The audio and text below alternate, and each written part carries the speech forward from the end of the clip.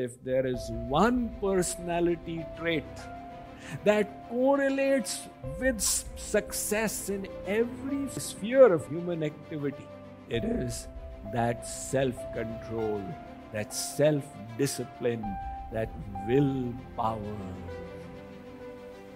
How can we develop it within ourselves? You do repeated exercise, the physical muscles develop. You do willpower exercise, and your self-control will get enhanced. And the more you enhance your self-control, the more auspicious your life becomes. So how do you enhance your self-control?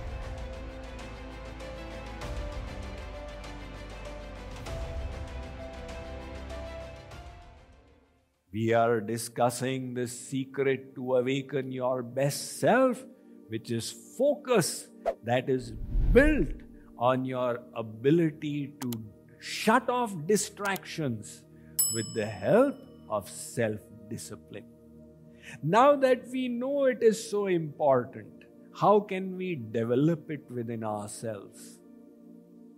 There's one scientist called Roger Ferber. He presented the technique called Ferberization. Ferberization of babies to help them develop their self-control. What is Ferberization? You must have heard of galvanization of steel. You probably have heard of vulcanization of rubber tubes as well. So now hear about Ferberization of babies. What is this Ferberization? It is their sleep training between the age of 6 months to 2 years. What happens is, when the baby cries, the parents' immediate response is, no, no, no, no, no. You should not face any problems. Come, come, come. Mama is here to the rescue. It's all right. Don't cry. So the baby doesn't learn to handle that stress, that pain, that difficulty, because the parents have over-insulated it. So Roger Ferber said, no, resist. Let the baby cry for this much time on the first day. And then you go and just touch it. Don't immediately lift the baby. Let the baby know you are there. And then after so many minutes, you lift the baby. And the second day, you change the timing like this. So he's created a whole schedule. Once, I was in somebody's house. And nowadays, as parents do, they've got the video cam on their child while they are working in the other room. So I said, your baby is woken up and is crying. So they said, Swamiji, doesn't matter. Doesn't matter? Doesn't matter. So we saw on the video cam the baby was crying, and then after some time the baby stopped crying and started speaking to herself. She had learned to handle the situation. The self-discipline had developed. It's like the muscles you exercise and they grow stronger. So she faced the situation, learned to cope with it. From childhood, some people can develop this muscle of self-discipline. However, most of us were not Ferberized as babies. What to do at this age now? Is it possible to develop willpower at this age as well? Definitely, fortunately. Let's go into the physiology of willpower. See, this willpower actually comes from a portion of our brain. The human brain is special amongst all the creatures in that it is 1/50th of the body weight. Highest in proportion to the body weight. But it's also special because it's got one feature called the prefrontal cortex. And that gives you the ability to trump. Trump means the mind says this is pleasurable. The prefrontal cortex says no, don't do it. The mind says this is painful. the prefrontal cortex says, nevertheless do it. That prefrontal cortex is very little developed in small children. So they don't have that control. But as you come into adolescence, it starts growing bigger and bigger and bigger.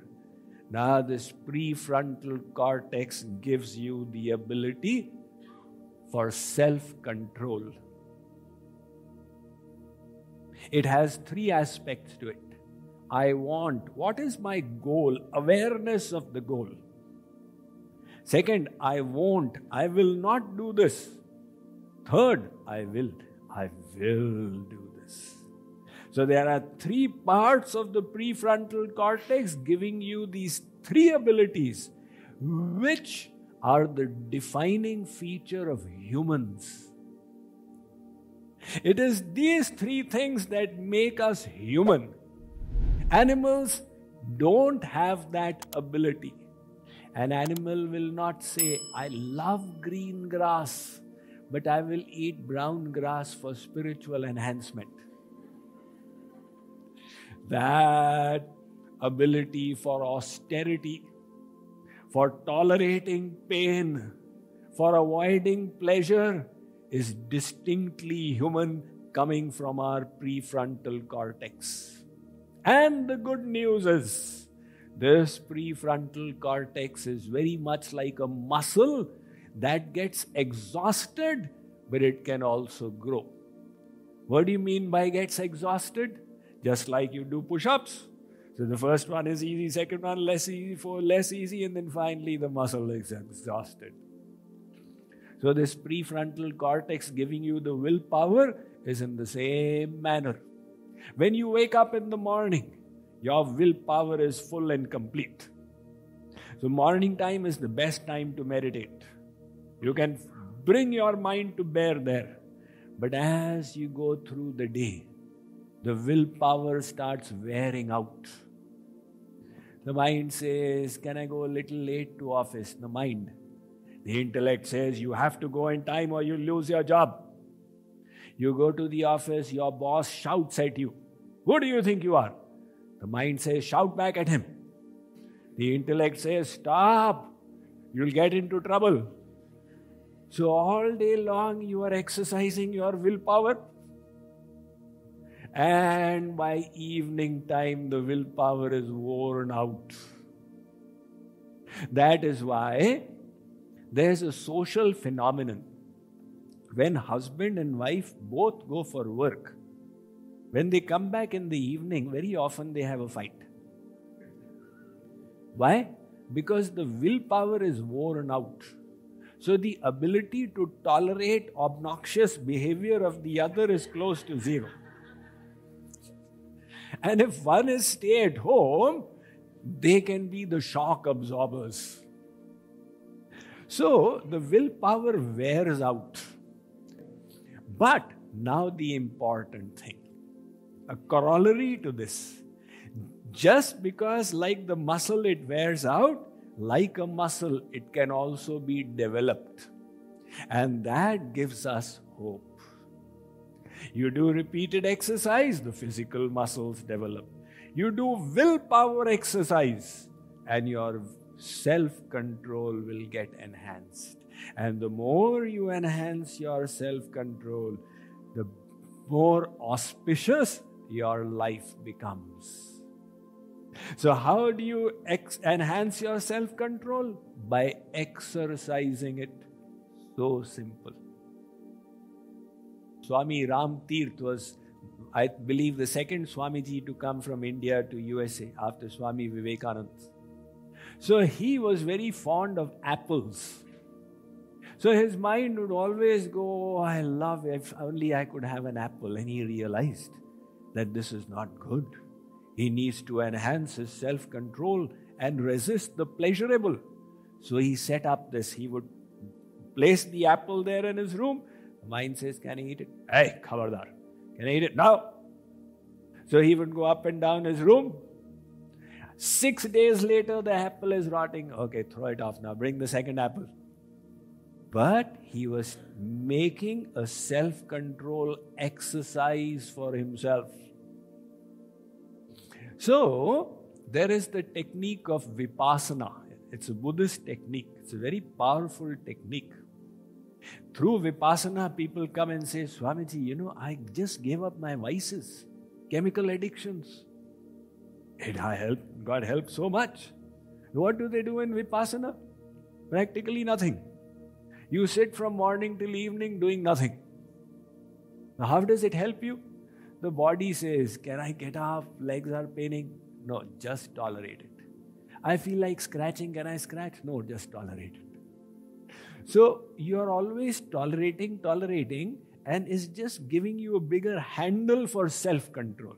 And the interesting thing is, self-control developed in one field can help you in the other field. But if you say, Swamiji, should we go and do Vipassana? I say, don't.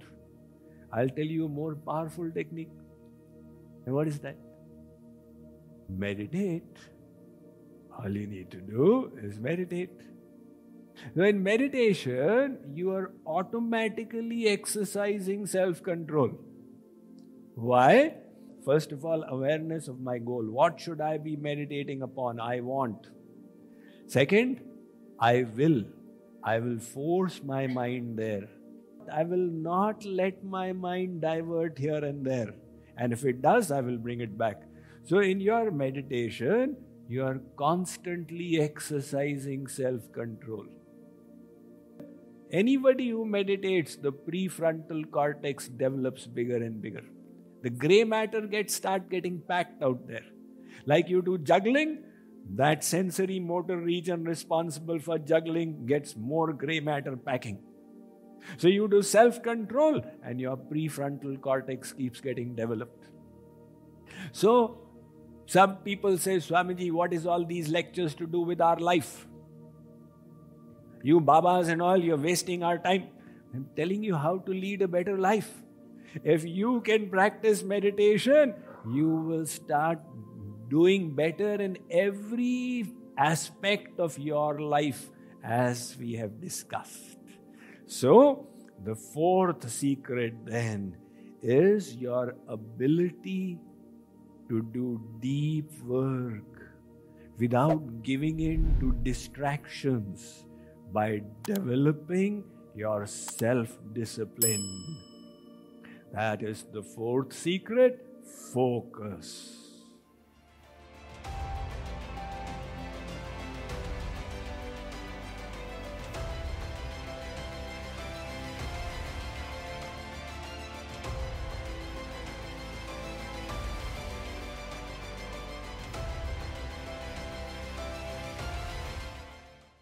Three, two, one, presenting the biggest Diwali Mela ever.